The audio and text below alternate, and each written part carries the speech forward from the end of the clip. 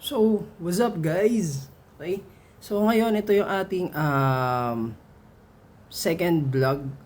Okay? So, nagkaroon tayo ng 2 trades ngayon. So, trinade ko siya kahapon.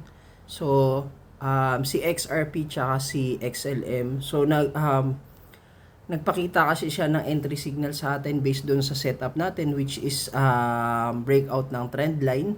So tinignan ko rin naman upon my validation, pasok naman siya sa mga criteria ko, which is breakout ng trend line, low risk entry, tapos meron siyang 1 week mahigit na data no nung downward trend line niya. So break niya siya. So XRP last time hindi ko pala siya naging trades. So, ayun, since yung market naman medyo, yun lang, yung market is medyo sideways, nagbe-breakout, minsan bumabagsak, pero kasi pasok siya dun sa entry criteria natin, and yung pinaka-ano pa is yung low risk entry. Okay? So, yun yung kasi yung mga gusto ko, yung medyo low risk lang yung entry, pero may potential na mataas yung risk and risk ratio. Okay? So, yung RRR. Okay? Ayun, ipapakita ko sa inyo. Pero, ayun, sad to say, so, nag-exit din tayo ngayong araw dun sa isang trade natin. Kasi, tinamaan yung safety line natin, which is yung risk level natin. So, na-break yung upward trend line niya, yung safety line natin, kaya nag-exit na tayo. Okay? So, ngayon ipapakita ko sa inyo yung naging trade ko for XLM. Okay? So, ito siya. So, ayun guys, ito yung trade natin. Okay? So, ito, ang una kong trade is si XRP. Okay? So, currently on red tayo. So, paano ba tayo nag-entry dito kay XRP? So, ayan, lalapit ko yung camera. Okay, sorry, inaaral ko pa lang yung OBS. Kaya, ayun, record muna tayo dito sa phone. And kulang pa rin ako dun sa mic. Okay. So, ayun, paano ba tayo nag-entry dito? So, dito kasi kay XRP, dito tayo nag-entry doon sa, ito, sa breakout candle na to. So, currently, ayun, on red tayo. So, ito siya, titignan natin. Ayan, negative 16% tayo. So, as long na hindi natin binibenta, ano pa lang to, paper loss pa lang to. Okay? So, kung sa XRP, ayan, pakita ko sa inyo saan tayo pumasok. Okay, burahin natin tong lines na to para iwas pampagulo. Okay. So, kay XRP, so, ang gamit natin is Bybit. So, yun pa rin, allocation natin, $100, no? And times 5 leverage tayo. Okay. So, saan ba tayo nag-entry dito? So, nag-entry tayo. Yung criteria natin is breakout ng trend line. So, which is pasok siya dito. Ito yung red line na yan. So, nag-breakout dyan. Okay? Ang safety line natin, itong green line na to. Okay? So, pumasok tayo dyan since nag-break ng trend line. So, ang trade idea na natin to is baka magkaroon ng continuation paakyat, no? Umakyat siya. Kaya tayo nag-entry dito. Then, ang exit natin or risk natin, in case na mali yung trade idea natin, is dito lang sa green line na to, yung safety line natin. So, tanggalin muna natin to. Okay? Ayan. So, ngayon, XRP, hindi pa naman. So, ayan, humahalik pa lang siya doon sa green na line natin or yung safety line natin. Okay, so currently still holding pa rin tayo hanggang matapos yung play ng setup natin. So, hindi natin siya masyadong iintindihin kasi well-planned na natin yan. Okay? So, yun yung maganda kapag may plano ka na, sundin mo na lang para iwas din ng emotion. And yung risk naman, calculated na natin yan in terms na makat tayo, matatalo tayo ng $26. Okay? So, ayun. So, kanina sabi ko dalawa yung naging trade ko. Yung isa is si XLM, which is nag-cut loss tayo ngayong araw lang din. So, eto siya, pakita ko. So, ganun din, XLM. So, saan tayo pumasok? Okay? So, same criteria. Break siya nung trend line. Ayan. So, ito yung trend line, downward trend line. So 3 touch point yan. Okay, 3 touch point. So saan tayo nag-entry? Dito, sa part na to. To. Nung nag-breakout siya, pero bumalik agad siya. Pero hindi agad tayo nagbenta dyan nung bumalik siya kasi may pinapalo tayo na safety line. Okay, ito yung safety line natin. Okay, as long na hindi nabibreak yan, hindi tayo magbebenta. Then dumating yung second candle, nag-hover lang siya, nag-breakout ulit siya.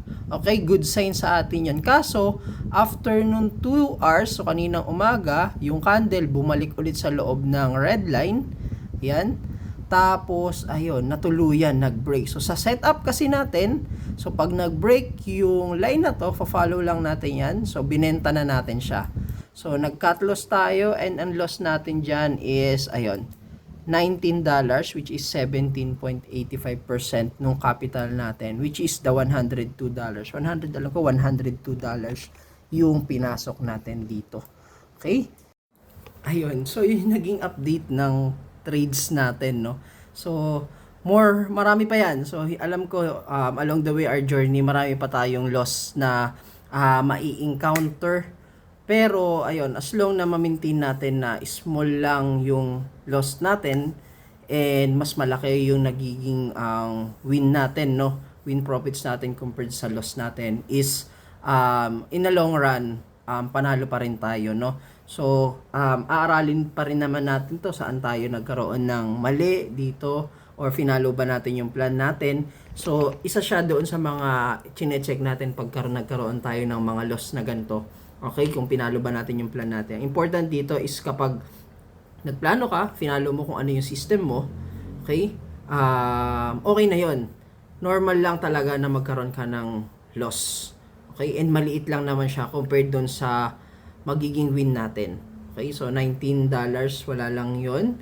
So, wag lang talagang magsunod-sunod, no? So, kapag sunod-sunod, baka, wait, step back ka muna kasi baka mali na yung pangit na yung market sentiment, no? Long ka pa rin ng long pero bumabagsak. So, isa yun sa mga ways natin to check. Pero ngayon, currently August trade, so ito pa lang yung loss natin. Nakaraan, sunod-sunod yun win trades natin, no? Ilang win yun. Okay? So, bantayan na natin kung yung kay XRP is ano yung mangyayari kung mahihit yung position natin or makakat yung position natin or magtutuloy siya. Okay? And ayun, sa mga susunod video, syempre, still capturing pa rin naman tayo or gathering tayong data dito sa setup natin, no? Pero ayun nga, nasa mastery ako. Gusto kong i-master tong setup na to. So, gawan natin ng paraan paano siya mag-work sa atin. So, nakikita ko yung potential niya kung fina-follow lang natin, no, ng maigi. So, minsan kasi talaga kapag in-gain ka na, nakikita mo na-gain ka na, parang nangangati kang ibenta kasi baka maging pera na or bato na. Pero yun yung iiwasan natin kasi ang gusto kong mangyari dito is matanggal yung attachment ko dun sa pera and just follow the system, follow the process. Yun talaga yung gusto kong mangyari dito sa trading journey ko. No, anything na may mali tayong ginawa dito, hanggat maaari, avoid natin. Pero normal lang talaga na tao lang, syempre, nagkakaroon tayo ng mga mali doon sa execution natin. So, yun yung mga kailangan nating i-correct. So, yun lang guys. Yun lang muna yung update natin ngayon. So, for more video, just follow, like my page, subscribe to my YouTube channel. No, marami pa tayong trades na gagawin. So, itong trading journey natin na to, kaya ako siya isinimulan, inumpisahan kasi nakikita ko siya 40 years old, 30 years old, 50 years old, 60. Tingin ko magiging trader ako. Trader lang talaga. Nandun na yung passion ko sa trading na to. As long na, ayun nga, hindi tayo mag-over risk, no? Fina-follow natin yung risk management. Tingin ko aabot tayo sa ganung edad na nagtitrade pa rin tayo as long na hindi tayo nasusunog. Okay? So, ayun, marami pa tayong trades na gagawin. So, samahan nyo ako sa journey ko. So, nakikita ko siya, konti-konti na-i-improve ko yung performance ko, yung portfolio ko from $100 to $1,000 hanggang makarating tayo sa EMS, no? So, yun talaga yung nakikita kong vision. As long na pinapalo natin yung process, inaaral natin, we'll keep improving ourselves, no, para makuha natin yung ganong level. So nasa ano pa lang tayo, mga tingin ko level 1, level 1, level 2, mga ganon. So weak pa lang tayo, pero yung vision natin nakikita ko as long na ayun nga, aaralin natin siya, will keep improving, no. Paano tayo magi-improve, hanapin natin yung mga errors na dapat hindi natin inuulit. Okay? And dapat mas gawin natin yung mga tamang execution. Okay? So, yun lang guys. Dito muna magtatapos yung vlog natin. So, follow my page, like my YouTube, subscribe, click the notification bell, no, for more videos. So, samahan nyo ako sa journey na to. So, yun lang. Bye-bye.